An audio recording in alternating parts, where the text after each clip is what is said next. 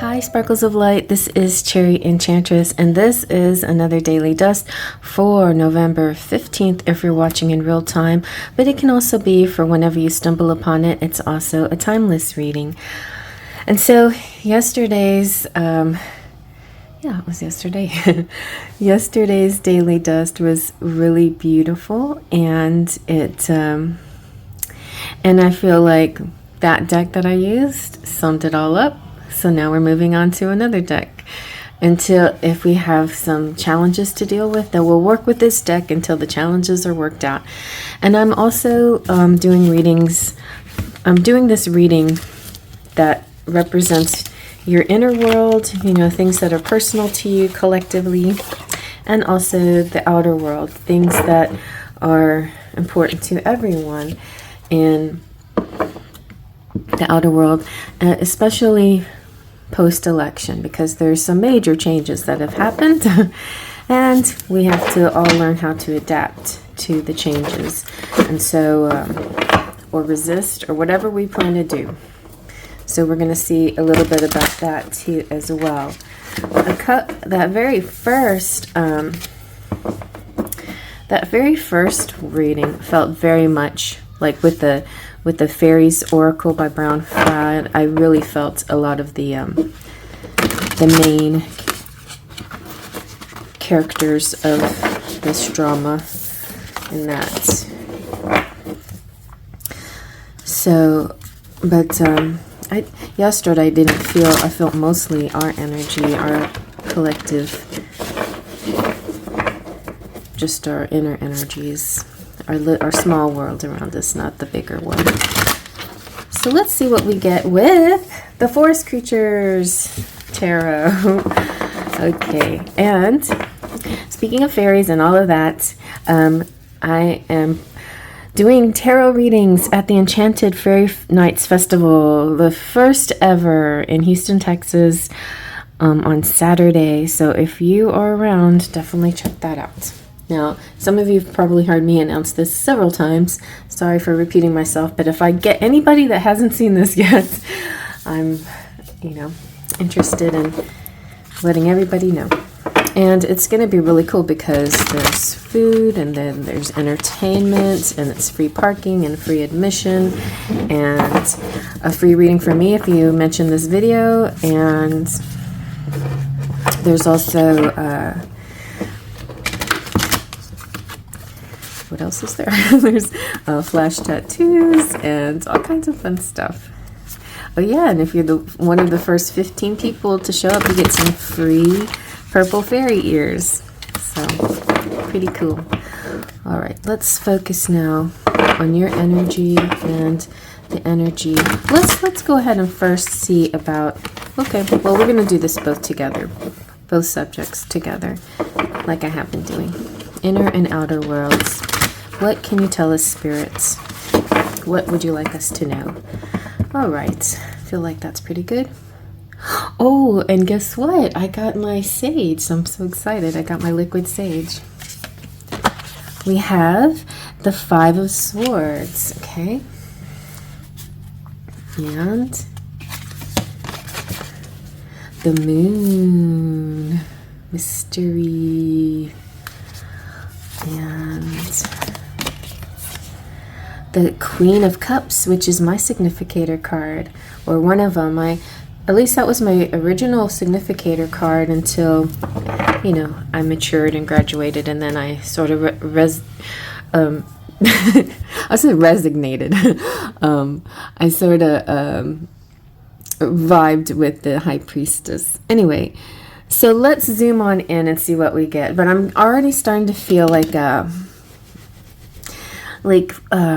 not giving in, kind of like standing up. Ooh, but okay, I'm going to get into the politics first. Let's zoom on in. All right, you guys, this is the day of the full moon in Taurus, and it's another one of those super moons. It's very powerful, very great time to manifest things. It's also a strong time of change and things happening. And we're still in Scorpio season, so there's still a sense of mystery happening behind the scenes kind of things during this time. Our president's still Joe Biden, who is a Scorpio himself. And so I'm just getting this very strong energy, especially with the moon here, that there's things that we don't know about and we may not know about until we know about them. You know what I mean? Because I feel like it's very important to keep this quiet right now. And there's a very strong timing issue for letting out this information that's going to come out. But there seems to be something coming out, I feel.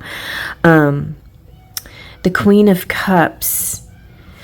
I'm like trying to figure out. So this could be you. This could be me. This could be somebody else too. Water sign, feminine. Doesn't necessarily have to be female, but a feminine. This represents compassion. This represents psychic abilities too. This represents sensitivity and depth, and so being kind of wise and intuitive. And so back to the Five of Swords. The Five of Swords is like the cheating card, basically. It's like really looking into cheating is what I'm seeing. You know, I know there's a really good I almost use the Light Seekers Tarot. In the Light Seekers Tarot, there's the Five of Swords is very interesting. I think I'm just going to get it so you can see what I'm talking about. It's this guy. Actually, okay, so this guy, not as much as... There's all kinds of versions of the Five of Swords. Even in my deck, I made the Five of Swords more of like a love affair, a hidden love affair, you know. But in this case, you see... On all Five of Swords, you'll see winners and losers. You'll see good winners and good losers, bad winners and bad losers. And this guy, I don't know if he's the winner or the loser, but it's usually the one walking away or the one that's in the silhouette. That's the loser. But I think it represents that he's a good loser. And then this guy who won by cheating or doing something bad, he's still not satisfied. He's a bad winner. He still wants more, or he's still frustrated. Doesn't feel good. Well, duh. If you win by cheating, it's not going to feel right. You want to win because you deserve it, because everybody wanted you to win, you know, because you're the one that is the best. If you win and you're not the best, then it starts to make you feel bad and you don't feel like a winner anymore. So that's a good lesson to be learned. So similar with this Five of Swords, you don't see the loser here per se, but it is kind of a message to do things on the up and up whenever you're in battle. It's, you know, follow rules, the rules of engagement.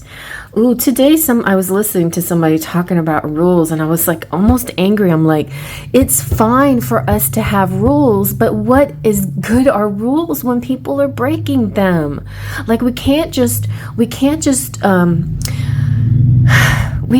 fight a battle with people who are cheaters. You know, we've got to be creative. You know, we can't just fall back on rules or norms. You know, that's ridiculous. We have had norms that have been broken and broken and broken, right?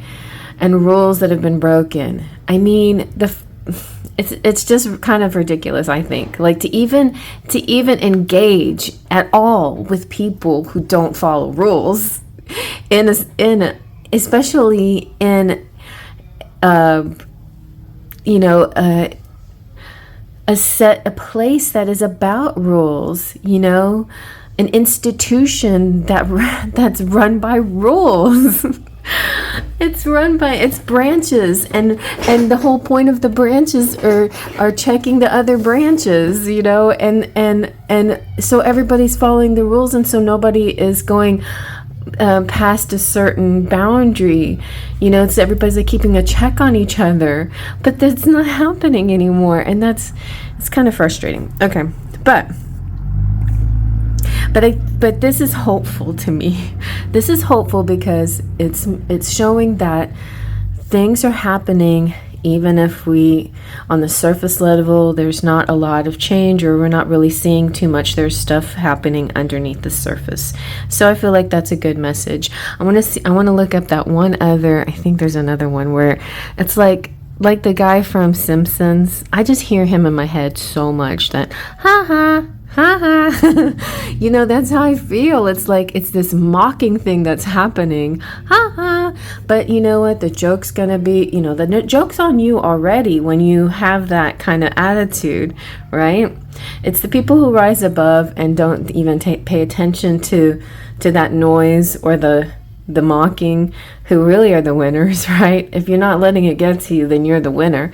If you're cheating to win and you're letting it get to you, then you're still a loser, right? Here's another version of that. Five of Swords. Now this, like, there's somewhere the man who's the cheater is looking right at you and smirking. This guy, he's kind of like, he might be calling back at the loser saying, you never gonna win, you lost again, or y'all suck, or something like that, you know, like pouring salt into the wound, that kind of thing. So there's so many versions of this.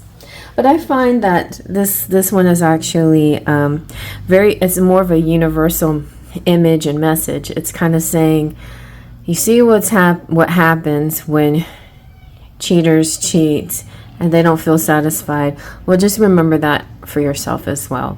Like, you know, it's not going to do any good to break rules to try to overcome something. You know what? I feel like in the end, the truth will come out. So just stay in your high vibe. But I feel like, yeah, so in a personal level or in an inner world level, there could be deep people like this. And it may make you feel a little like you don't want to engage with them, you know, and that's okay. But you have like I feel like the moon plus the Queen of Cups is almost the High Priestess when you put those two together. And so you kind of rise above the situation. You don't let the circumstances get to you. You don't let it bother you. You see big picture. You stay grounded. You stay calm. And also the High Priestess is about secret knowledge. And you keep that secret knowledge close to the chest with a smile on your face. Not even a smile. You don't smile because you can't let on. It's funny because, well, I'll just say it. Biden and the other guy, they had a meeting, right? And I didn't watch it because I'm not watching news anymore, but I heard little snippets about it. I used to watch everything, but I can't now. I just can't. I have to I don't want to partake in the circus. But anyway, but what I heard was, and I saw a little picture of it, was that Biden was smiling a lot. And I feel like, I'm almost feeling like, he must know something. He must know something. Or he is totally the good loser, you know. He's so genuinely good person, you know, and it's such a juxtaposition between good person, bad person. But, and the bad person doesn't even feel like he's a winner. He's like slouched over, grumbling, like, dude, you just won. Like, what's your problem? Shouldn't you be the one smiling really big? Nope. It's the other guy that's smiling really big. So it's very strange. And for those of you who don't really gel with the politics message, that's okay. It's kind of a good example, though, of the whole winners and losers aspect of life, right? And so also what I love about the Queen of Cups is she's by like a fountain, it's almost like a baptismal fountain. It's like kind of almost Ace of Cups energy too, like a new something to look forward to, like something refreshing, something healing as well. So I just feel like for you, it's good energy. I feel like you may, if you know there's a person like this, or if you've been tempted like this, I feel like you're coming out of this energy and not being sucked into all those negative things like gossip, rumors, seeing false things, trying to win by using the wrong means. And very simply, this can be very simple, especially in a really mundane day, like a one, just a regular old day, like skipping things. Like instead of learning certain things to get to the end, like if you're at work and you're just like, I just need to get this pile of stuff down. I'm going to try to find the fastest way to do it. And then it's not done very thoroughly. So things like that too, it's like, sometimes you have to see it all the way through. Like you have to go through the process. You can't skip. There are some things that we do that are like shortcuts that are okay, like a washing machine to wash your clothes instead of scrubbing it like the olden days, or a dishwasher, or lots of inventions and amenities help us to get that shortcut so we don't have to have that long drawn out process of doing something. But there are other things that we have to do in our lives that are intended to do step by step. And also if you've started something new, like a new job, or if you've started a new workout or anything, you can't go from 0 to 60. You can try, but you might hurt yourself. So you got to ease into it, So a lot of that. But those are just kind of like little lessons that I feel like you probably have already learned, because so usually when I read left to right, left usually represents passing out, phased out energies, or like what you woke up with that day and what you're moving into, or the beginning of the week to the end of the week, or whatever, however you want to look at this, because even though it's the daily dust, you can see it as any time period you want to. So it's ending on a good note. But also just want to, in case you don't know this, I think you should, if you have some very important information, you should keep it close to your chest and don't share it with too many people, because I feel like that is definitely another message that's coming out here. Because those cheaters, they might take that information, and you don't want them to know anything that they don't need to know, right? Not yet, at least. Not until there's a way that it can all be played out without any doubt. Played out without doubt. Anyway, so it's good information. I think it's good news, and I hope you like that. I don't even know what I'm going to title this, because sometimes a title pops into my head as I'm doing the reading. I have no idea. Well, we'll see. Anyway, I hope you like that. Faith, trust, and pixie dust.